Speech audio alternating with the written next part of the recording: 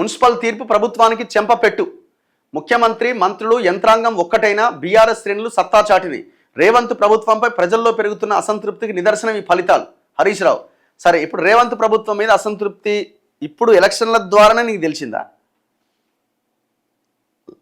అసంతృప్తి ఉంది కాబట్టే రిజల్ట్స్లో వాళ్ళు 50 దగ్గరన 60 దగ్గరన వచ్చాగినారు. అయినా కూడా వాళ్ళు మెజారిటీ సాధించినారు. మరి అసంతృప్తి ఎలక్షన్లకే కాదు, ఎలక్షన్లకు ముందు కూడా అసంతృప్తి ఉన్నదని తెలుసు. మరి ఆ అసంతృప్తిని మీరు ఏం వాడుకోగలిగినారు?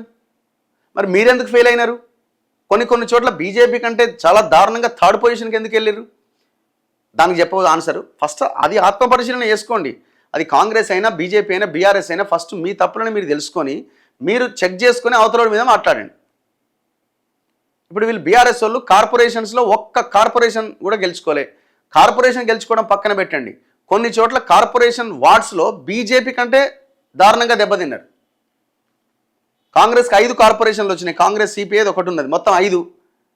బీజేపీకి ఆల్మోస్ట్ 2 వచ్చినట్టే. సరే నిజామాబాద్ హంగ్ ఉన్నది, వాళ్ళు సింగిల్ లార్జెస్ట్ అక్కడ. మరి మీకేమొచ్చింది చెప్పవు దాని గురించి? మీరు ఓన్లీ రంగారెడ్డి, ఉమ్మడి రంగారెడ్డి జిల్లాలో, ఇంకోటి మెదక్ జిల్లాలో మీరు ప్రభావం చూపించింది. 90% గెలవకపోతే అదో గెలుపా? అధికారంలో ఉండి ఆ మాత్రం గెలవకపోతే ఎలా? కేటీఆర్, ఇక నువ్వు సిరిసిల్ల చూసే నువ్వు మురుగు, ఇక నువ్వు సిరిసిల్లకే ముఖ్యమంత్రిగా రేపొద్దున కూడా. ఇప్పుడు వాళ్ళు 90% గెలవలేదు అదో గెలుపా అంటున్నావు. మరి నువ్వెందుకు కనీసం 50% గెలవలే?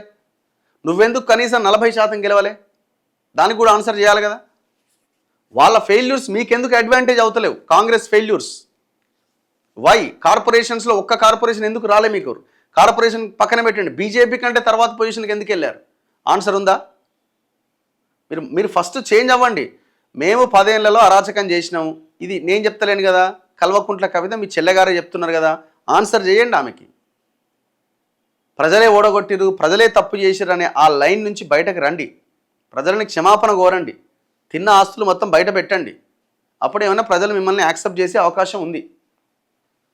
ఈ ఎలక్షన్స్లో పార్టీలను చూసి లేకపోతే ఇంకేదో చూసి మీరేదో చాలా గొప్పోళ్ళని కాంగ్రెస్కో బీఆర్ఎస్కో బీజేపీకో జనాలు ఓట్లు వేయలే.